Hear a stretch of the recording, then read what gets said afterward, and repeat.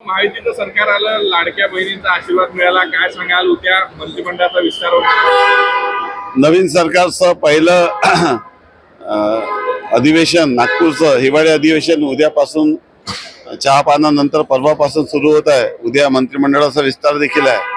5 वर्षासाठी पूर्ण बहुमत सरकारला मिळालेलं आहे आणि लोकहितासाठी जनकल्याणासाठी अतिशय महत्त्वाचे निर्णय करता येईल. महाराष्ट्राची वेगवान प्रगती करता येईल आणि महाराष्ट्राला देशामध्ये प्रथम क्रमांकाचा राज्य बनवण्याचा जो स्वप्न आणि संकल्प आम्ही घेतलाय तो पूर्ण करण्यासाठी केंद्र सरकारचा पाठिंबा आम्हाला मिळेल आणि निश्चितच महाराष्ट्रातील 14 कोटी जनतेला न्याय देण्यासाठी सरकार सक्षमपणे काम करेल असं मला विश्वास आहे. राष्ट्रवादीमध्ये विदर्भातून पहिलं नाव आपलं आहे, चर्चा आहे, काय सांगाल? काही फोन वगैरे आलाय, काही बोलणं झालंय काय? माझं 28 वर्षाच्या शिवसेनेच्या या राजकीय प्रवासात बरेच वर्षानंतरच्या संघर्षानंतर ही संधी आलेली आहे आणि सर्व लोक मतदारसंघाचे आणि मी देखील आतुरतेने वाट पाहत आहे.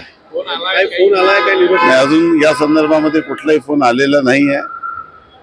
कोणालाच या संदर्भामध्ये फोन आल्याची सूचना नाही आहे. तो योग्य वेळी योग्य फोन योग्य माणसाला येईल असं मला विश्वास आहे. 9 लोकांची नावं शिंदे गटातून पुढे येत आहेत. त्यामध्ये विदर्भातून कुठलंही नाव समावेश विदर्भातला दिसत नाही आहे. नाही, ते आता जी यादीत बाहेर आली नाही त्या कोणाचं नाव आहे आणि कोणाचं नाही आहे सांगणं योग्य राहणार नाही. यादी जाहीर होईपर्यंत किंवा कुठल्याही अशा संदर्भामध्ये अंदाजी कोणाचे नाव सांगणं योग्य नाही. माननीय शिंदे साहेब हे गुणवत्तेवर विभागाचा विचार करून सिनियरिटीचा विचार करून योग्य उचित निर्णय घेतील असं मला विश्वास आहे.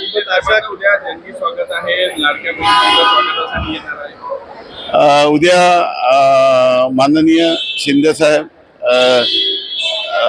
नागपूरला प्रथम आगमन होत आहे आणि फडणवीस साहेबांचं देखील आगमन होत आहे आणि मला विश्वास आहे की ज्या पद्धतीचा प्रतिसाद सरकारच्या निर्णयाचा लोकांनी दिला मोठ्या संख्येने लोक समावेश होतील. थँक्यू.